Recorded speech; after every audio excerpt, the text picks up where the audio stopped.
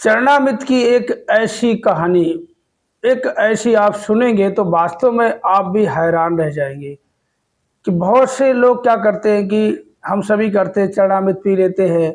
मगर चरणामृत है क्या? वास्तव में चरणामृत एक अमृत जैसा है।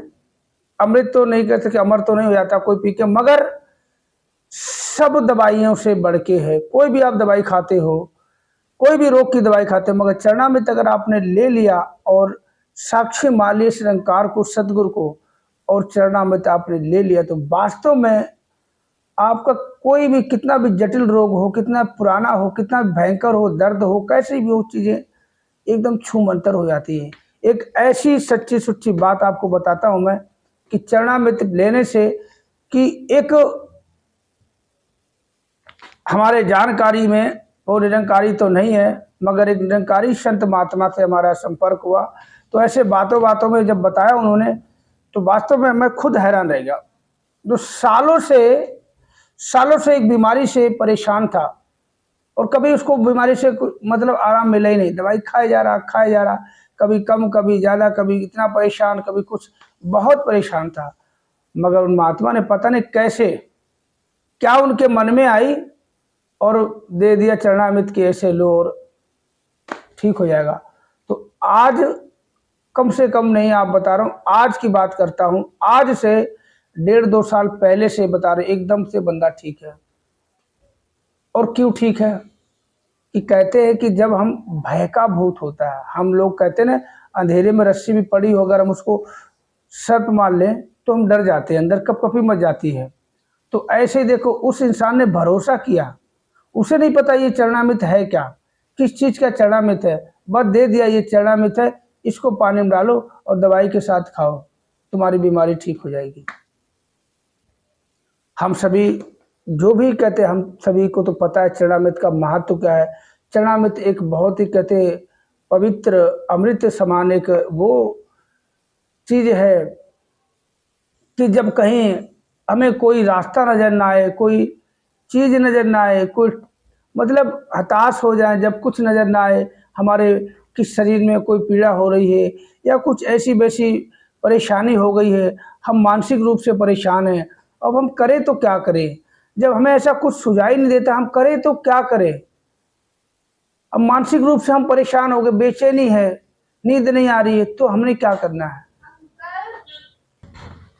कई बार खुद ने भी ऐसे चरणामृत को प्रयोग करके देखा है कि वास्तव में चरणामृत अगर हमने लिया है, और ऐसे नहीं कि चरणामृत लिया और पी लिया, लगा लिया तो आराम पड़ जाएगा, बिल्कुल नहीं पड़ेगा, बिल्कुल नहीं पड़ेगा। चरणामृत ठीक नहीं करता है। हमारा जो विश्वास होता है, जो साक्षी होता है निरंकार सदगुरु, जब उसको मान के कहेंगे तभी आराम मिलेगा। अब जैसे कोई संत महात्मा, अगर हम किसी संत महात्मा को आप ही बताते हो या मैं किसी को बताता हूँ, अपना दुखड़ा सुनाता हूँ, अगर वो कहे कि हम आशीर्वाद देते हैं या सुमरन करते हैं तो ठीक हो जाओगे, जरूर ठीक हो जाओगे, जरूर आपका काम हो जाएगा, नहीं, दातार कृपा करेगा, आपका काम जरूर ठीक हो। और पहले साक्षी मानो, इसको निरंकार को साक्षी मानो कि सच्चे पातशाह सदगुरु माता जी इसका काम बनाना आपने, हम तो एक जरिया है जो मुख से कह देंगे, बस काम तो आपका है, करना आपने, सब कुछ आपका है, दातार कृपा करेगा तो जरूर उसका काम हो जाएगा। अगर हम सोच रहे हम दे रहे हैं आशीर्वाद उसको, हम काम कर रहे हैं उसका, हम काम बना देंगे, हम उसकी बीमारी ठीक कर देंगे, हम उसका दुखड़ा हर लेंगे, हम उसको आगे बढ़ा देंगे, हम उसको मतलब सजा देंगे, तो ये भूल होगी। हम कुछ नहीं कर सकते, हमारे हाथ में कुछ नहीं है। ये शरीर जो हम लेके घूमते हैं हमारे साथ, यही हमारा नहीं है, जुबान भी हमारी नहीं, आंखें भी हमारी नहीं, कान भी हमारा नहीं है। तो जिस कारण हमने वीडियो बनाया वो आपको बता देता हूँ। उससे पहले सभी निरंकारी संत महात्मा भाई बहन माताओं के चरणों में प्यार भरा नतमस्तकों के धन्यवाद जी। और जो मेरे मित्र भाई हैं, सब्सक्राइबर भाई, सभी को मेरा प्यार भरा नमस्कार। कैसे आप सभी लोग? जो वीडियो देख रहा पूरा देखें और चैनल को लाइक सब्सक्राइब जरूर करें। तो अपने एक संत महात्मा ही हैं, अक्सर मिलना जुलना होता, तो बातों बातों में ऐसे पता चला, वो खुद ही बताने लगे, बोला यार एक जानकार के हैं यार, उनकी शुगर की शिकायत बहुत सालों से रही है। ऐसे बता रहे थे यार, अपना शुगर कंट्रोल नहीं रहता, बहुत डॉक्टर को दिखाया, दवाइयाँ भी टाइम से खाता हूँ, बीच बीच कुछ ना कुछ खाने पीने में हो जाता है 19-20, तो शुगर बढ़ जाता है, परेशानी हो जाती है। कभी पेशाब में दिक्कत होती है, तो कभी कुछ परेशानी रहती है। अक्सर शुगर अनकंट्रोल रहता है, बढ़ा हुआ रहता है, 200 के ऊपर रहता है, 250, पौने 300, कभी कभी 350-400 भी पहुँच जाता है। बहुत परेशान हूँ, आगे चल के क्या होगा भगवान जाने।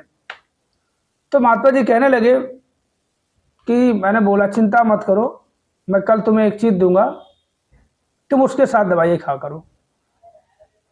तो कह रहे कि मेरे पास चना में थोड़ा सा पड़ा हुआ था और उसी में मैंने सुमरन करके पानी और मिला दिया, और सुमरन करते करते फिर हम उससे मिले और बोला ये जल है, इसको तुम जिस दवाई से पानी पीते हो, जिस पानी से दवाई लेते हो ना, उस पानी में 2 ढक्कन मिलाया करो और इस सुमरन किया करो।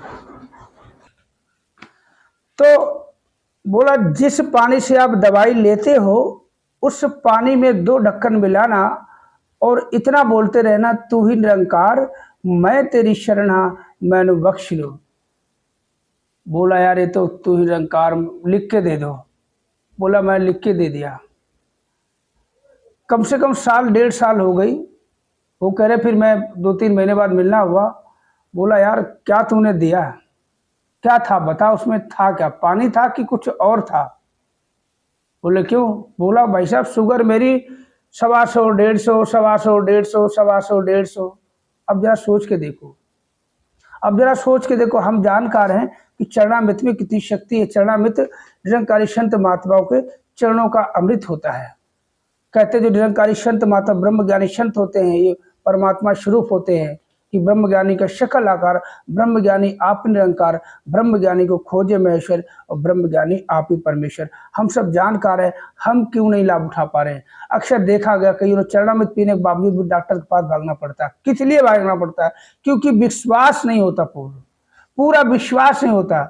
अब वो कहते हैं कि इसमें क्या था यार, इसमें कुछ मिला के दिया, लगता है तूने कुछ जड़ी बूटी कुछ ऐसा वैसा मिला के दिया यार, तू बहुत बड़ा डॉक्टर लगता है मेरे को, क्या ऐसे ही बता। बोला कुछ नहीं था, बता देंगे। बोला फिर मैं 2-3 बार मिला उससे और बताया, हर बार यही बोलता यार। फिर जब उससे नहीं रहा गया, बार बार पूछने पे, तो मैंने बता दिया ऐसी बात है।